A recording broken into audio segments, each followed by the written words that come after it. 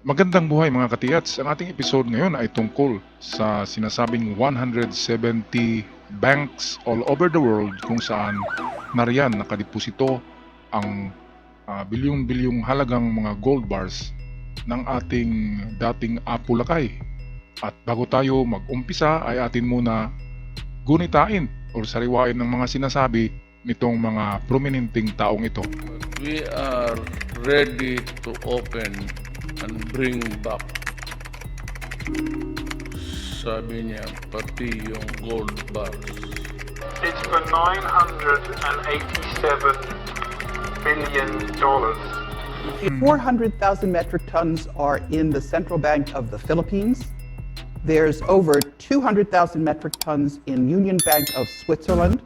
And some of that gold is buried securely in the Philippines. Itong sinasabi ni Karen Hodes, yung babae sa World Bank, former World Bank lawyer, ay million of tons ang binanggit niya. So hindi ito Yamashita Treasures. Kasi ang Yamashita Treasures ay meron lamang 7,000 metric tons na tinunaw ng mga Hapon noon ayon sa mga records ng treasure hunters. Pero itong sinasabing almost million tons of gold for humanity, at kung yan ay kukunin sa World Bank, ay magkaroon daw ng economic crisis ang ibang bansa dahil ang ibang ibang mga ginto ay hiniram din ng ibang mga bansa. Pinautang, yun ang World Debt Facilities or itong International Monetary Fund. Ang ginto daw ng Pilipinas na ang Apo Lakay ang nag-a-attorney diyan or nangasiwa ay parang hiniram. Hindi natin yan alam kung sinong humiram na bansa diyan, pero ang sigurado diyan ay yung bansa na napakaraming ginto sa ngayon. Okay, patuloy lang tayo dito sa mga testimonya na ito. Mabilis lamang. When he had about 6,000, 7,000 tons, he entered politics. 7,000 tons? Yes. 240 billion? Only one shipment. President George Yung sinabi kanina ni Mel Tiangco na 240 billion, bayad lang yun sa bill of lading ng pagdala ng ginto sa Amerika. In only one shipment. Atin balikan nga yung sinabi ni Imelda. Isang kargahan lang yun, isang barko lang sa pagpunta doon sa Amerika. Or kung sinakay ba yun sa C-130, yung malaking eroplano ng Amerika, basta't ang binayad is $240 billion din. Bill of lading lang yung pagkarga lang, pagdala doon sa Amerika. At isang kargahan lang daw yun, sabi ni Imelda. Ito, balikan natin ang sinabi. 7,000 tons? Yes. 240 billion? Only one shipment. President George Bush was asked this question, Ayon, which is only one shipment. Ito naman si Bush minsan ay na tongue twist lang. Itong parang nagkamali lang sa pagsalita or nag-joke lang siya sa sagot niya dito sa isang broadcaster na nagtanong noon. the richest country in the world today. With a smile, he said, the Philippines. The Philippines is the richest nation on earth. The wisest royal bloodlines on earth. Para ito sa sambayan ng Pilipinas. Yung sinasabi na the wisest bloodline on earth, ayon yung ating mga ancestors. Asked this Itong kadugo nila Raha Sulaiman, Raha Lapu-Lapu, yung mga Tajian na tinatawag. Okay, mga Tajian lang ang tawag natin. Mga galing sa Indonesia, ang iba dyan ay galing sa India at dito sila nagkita-kita sa Pilipinas. Kung anong dahilanan ay nagmimina din sila sa Pilipinas, kaya nakapag-ipon ng napakaraming thousand of tons of gold. Ayan ang legend of the Tajian treasures, na ngayon ay yun ang sinasabi na nandyan sa Amerika, hiniram, at pwedeng nalabas lang yan sa tamang panahon. Okay, ngayon, ito na yung mga papeles ni Imelda na pinakita kay Mel Tiangco at kay Maring Winnie. Ito yung papeles lahat ng 170 banks na mayroong nilalagay na bilyon ang halaga ng mga gold. How much is $240 million. positioned it in 170 banks? Magaling si Marcos. I'm sorry to say.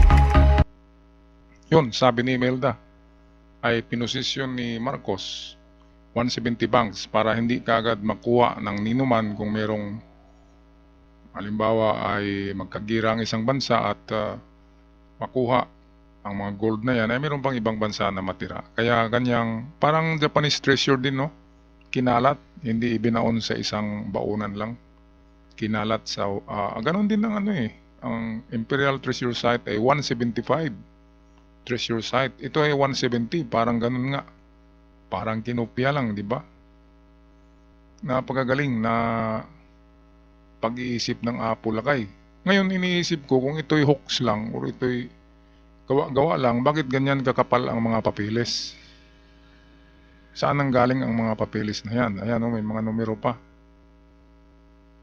Napakarami. At kung gawa-gawa lang yan, siguro ay $20 billion lang ang utang ng Presidenteng Marcos noon sa World Bank. Ay dapat ang ginawa niya ng mga papeles dyan ay nasa 25 billion lang. Iyan grabe, sobrang-sobra. Kaya nga gold for humanity para sa mundo, hindi lang sa Pilipinas, sa sangkatauhan. Okay, ngayon sa bidyong ito ay malalaman natin ang mga lugar at pangalan ng bangko na pinaglagakan ng mga gintong ito. Okay, dito sa bidyong ito. Makita natin dito nakatayo si Imelda sa halos isang sala ng isang maliit na bahay sa likod ng kanilang bahay. Diyan tinago nila yung mga papeles na yan. At ayan, nakaplastar para kung merong manood ay pwedeng titingin diyan. Okay, ito na yung mga bangko na pinaglagyan ng gold ng Apo Lakay. Mabilis lang ito, mga katiyats. So hang on, i-slow motion nyo na lang dyan. Afghanistan, 6 na bangko. Albania, 3 bangko. Andorra, 1 bangko. Angola, 4 na bangko. Argentina, napakarami, 9 banks. Armenia, 3 bangko. Australia, 12 banks, napakarami. Austria, 9 banks. Azerbaijan, 2 banks. Bahamas, 2 banks. Bahrain, 3 banks. Bangladesh, 9 banks. Barbados, 3 banks. Belarus, 2 banks. Belgium, napakarami sa Europe pala. Sa Belize, 1 bank. Benin, 3 banks. Bermuda, 1 bank. Bhutan, 2 banks. Bolivia, 1 bank. Bosnia, 1 bank. Botswana, 1 bank. Brazil, 9 banks. Marami din sa Brazil. Brunei, 3 banks. Bulgaria, 6 banks. Burkina Faso, 1 bank. Burundi, 1 bank. Cambodia, 4 banks. Cameroon, 3 banks. Canada, 12 banks. Dami sa Canada. Cape Verde, 5 banks. Central Africa, 2 banks. Chad, 1 bank. China with Hong Kong. Colombia, 4 banks. Comoros, 1 bank. Congo, 1 bank. Costa Rica, 1 bank. Cote d'Ivoire, 1 bank. Croatia, 3 banks. Cuba, 1 bank. Cyprus, 5 banks. Czech Republic, 4 banks. Denmark, 9 banks. Djibouti, 3 banks. Dominica, 1 bank. Dominican Republic, 1 bank. East Timor, 1 bank. Ecuador, 1 bank. Egypt, 4 banks. Equatorial Guinea, 2 banks. Eritrea, 2 banks. Estonia, 3 banks. Ethiopia, 3 banks. Fiji, 2 banks. Finland, 4 banks. France, 6 banks. Gabon, 2 banks. Gambia, 1 bank. Georgia, 4 banks. Germany, 15 banks. Ang dami sa Germany. Germany ang pinakamarami pala. Ghana, 1 bank. Gibraltar, 1 bank. Greece, 11 banks. Grenada, 1 bank. Guatemala, 1 bank. Guinea, one bank. Guinea-Bissau, one bank. Guyana, one bank. Haiti, 3 banks. Honduras, 1 bank. Hungary, 7 banks. Iceland, 6 banks. India, 53 banks. Kahit magbilang pala tayo dito, mabilis na nga ito eh. Ang tagal-tagal matapos. Lalo na yung mga dokumento doon, yung mga papel, kaya nga pala ang napakarami doon. Parang library yung loob ng bahay. Ng mga papilis lamang. Ng mga accounts, ng mga ano na yun. Ng mga gold bars. Indonesia, 6 banks. Iran, 6 banks. Iraq, 12 banks. Ireland, 10 banks. Israel, 6 banks. Italy, 8 banks.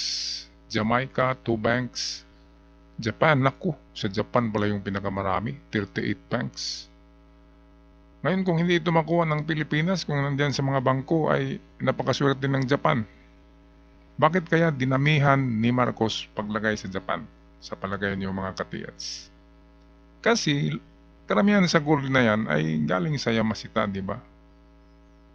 Kaya parang ano na lang din niya, bayad sa Japan, ay nilagyan niya ng napakaraming ginto ang Japan para utang na loob sa Yamashita Treasures. Ganyan sa pag-iisip ko. Kasi bakit naman ganun karami ang nilagay niya? May utang na loob siya sa Japan, kaya ganyan. Jordan, 5 banks. Kazakhstan, 2 banks. Kenya, 3 banks. Kosovo, 2 banks. Kuwait, 7 banks. Kyrgyzstan, 1 bank. Laos, 3 banks. Latvia, 4 banks. Lebanon, Lesotho, 1 bank. Liberia, Libya, 6 banks. Kahit pala sa Middle East na magugulo, ay hinatian din ng ng apulakay, nilagyan din ng mga ginto. Kaya nga pinosisyon niya all over the world. Kung hindi yun makuha, edi sa bangko na yun, after millennia, after 100 years, kung mag-expire na yung mga bangko na yan, magsara na, pwede na nilang kunin yung mga ginto diyan, di ba? Isarado na ang bangko eh, ano pang magawa? Walang kumuha, di ba? Di sa inyo na yan. Sa Japan na yun, yung 38 banks. Sabihin natin tag 2 billion bawat account. Naku, napakarami na. $2 billion. Patuloy tayo. Lithuania, 3 banks. Luxembourg, 3 banks. Macedonia, 4 banks. Madagascar, kahit sa Madagascar, kahit Malawi, yung mga maliliit lang na bansa, nilalagyan. Kaya may plano siya na yan na yung gold for humanity. Pinamahagi niya na sa mga bangko. At hindi natin alam, baka yung nilagay niya na beneficiary sa mga bangko na yan, example sa Hapon, sa Japan, ang beneficiary dyan ay ang emperor at ang pamilya ng emperor. Ganyan. Parang ganyan na yata yan, kaya hindi na mabawi ng Pilipinas kasi ang mga beneficiary niyan ay baka yung mga taga diyan talaga na lugar. Kasi gold for humanity, pinamimigay yan, pero meron din gold for the Philippines. Meron akong nakitang ganyan na papeles na ang beneficiaryo ay mga Pilipino. Kaya palagay ko itong mga nilagay sa mga bangko ay sa kanila na yan. Hindi na yan kukunin pa. Kasi ang nakasign diyan, nakapirma ay palagay ko citizen, isa sa mga kilalang tao sa mga bansa na yan or ang presidente at ang pamilya. Kaya yan siguro ang rason na hindi na yan makukuha. Pinamimigay na kasi sa buong mundo yan, gold for humanity. Malaysia, 8 banks, dami. Maldives, 1 bank lang. Mali, 3 banks. Malta, 3 banks. Marshall Island, Mauritania, Mauritius, Mexico, Moldova, Mongolia, Montenegro, 7 banks. Morocco, 5 banks. Mozambique, 1 bank. Myanmar, 1 bank. Namibia, Nepal, 6 banks. Netherlands, 4 banks.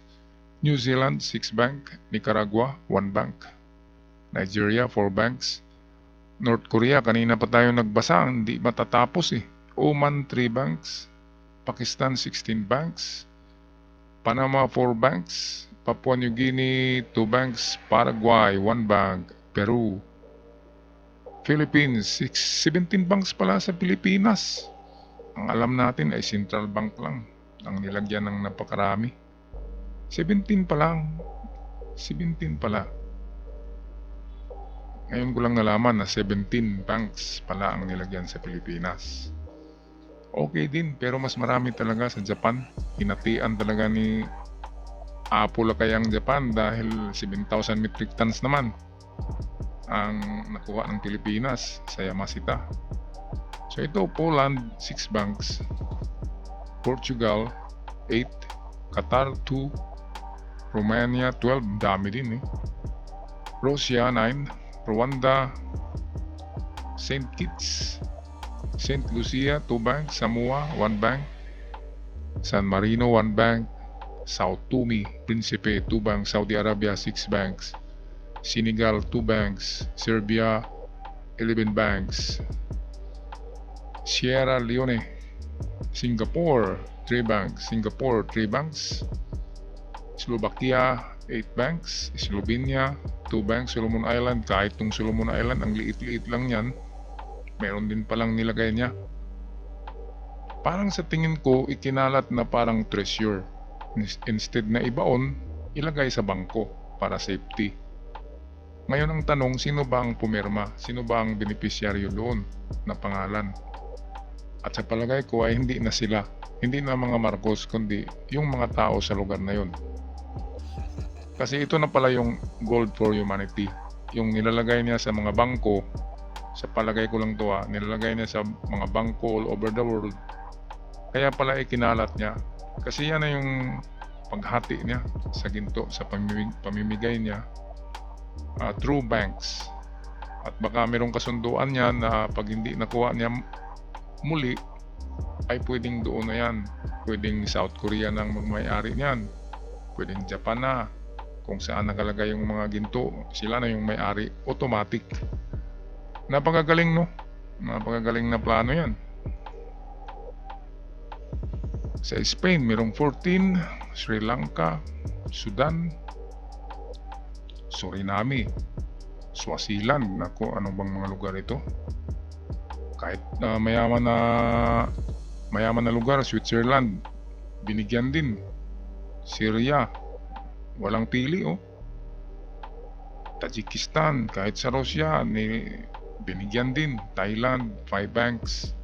Togo, Tonga, ayun, grabe naman ang mga pangalan to. Tobago, Tunisia, Turkey, Turkmenistan, Tuvalu, 1 bank. Uganda, 3 banks. Ukraine, binigyan pala din ng United Arab Emirates. Ay, napakarami naman nun. Balikan natin. Turkey, merong 10. Bakit kaya ang daming binigay ng Apulakay dito sa United Arab Emirates? Yung mga mayayaman na to 8 banks ang nilagay kung tag $2 billion ang halaga ng kada bangko. Times 8, 16 billion ang binigay ng Apulakay dyan sa UAE. Ito naman United Kingdom, 23 banks. Kaya pala hindi tayo malimutan ng UK. Lalo na sa Amerika 11 banks.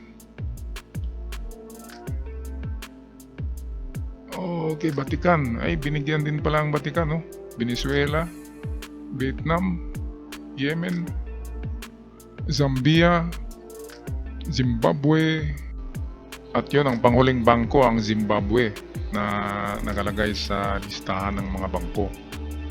Okay, so ayan, sa palagay ko hindi na talaga makukuha yan ng Pilipinas kasi nakalagat na sa mga bangko ng iba't ibang bansa. Baka yan na yung paraan ng Apulakay na pagbigay ng mga share ng mga bansa ay i-deposito niya lang sa sa mga bangko ng respective banks ng isang bansa para automatic doon na yung donation mismo.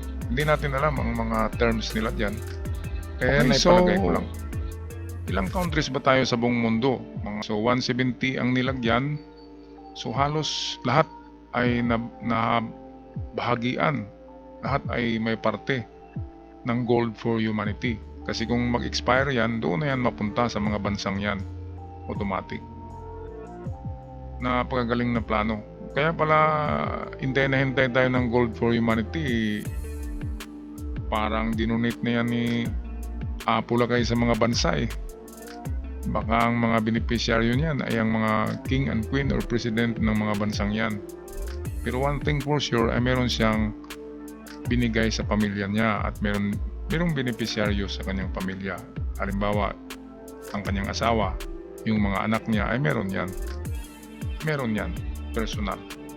At meron din sa 17 banks in the Philippines ay nilagyan ni Marcos din, nilagyan niya. So, pwedeng pag-expire niyan ng contract ay dito na yan, sa Pilipinas na yan, sa Bangkor, kung sino man ang signaturin yan, siya ang kukuha. Napaka top secret kasi yan, kaya hindi yan sinasabi. Magkagulo ang buong Pilipinas, pero sana ay magamit sa tama yan. Kung talagang makuha na yan in the future, ay sana magamit sa sakto na gobyerno ang gagamit yan, or kung sino man ay talagang gagawa ng itong parang foundation na tutulong sa mga kapuspalat or sa ating mga itong hindi maswerteng mga kababayan. Okay, so hanggang sa muli, napakahaba na. Ako ay magpasalamat sa lahat ng nanonood at huwag kalimutan mag-subscribe. God bless us all.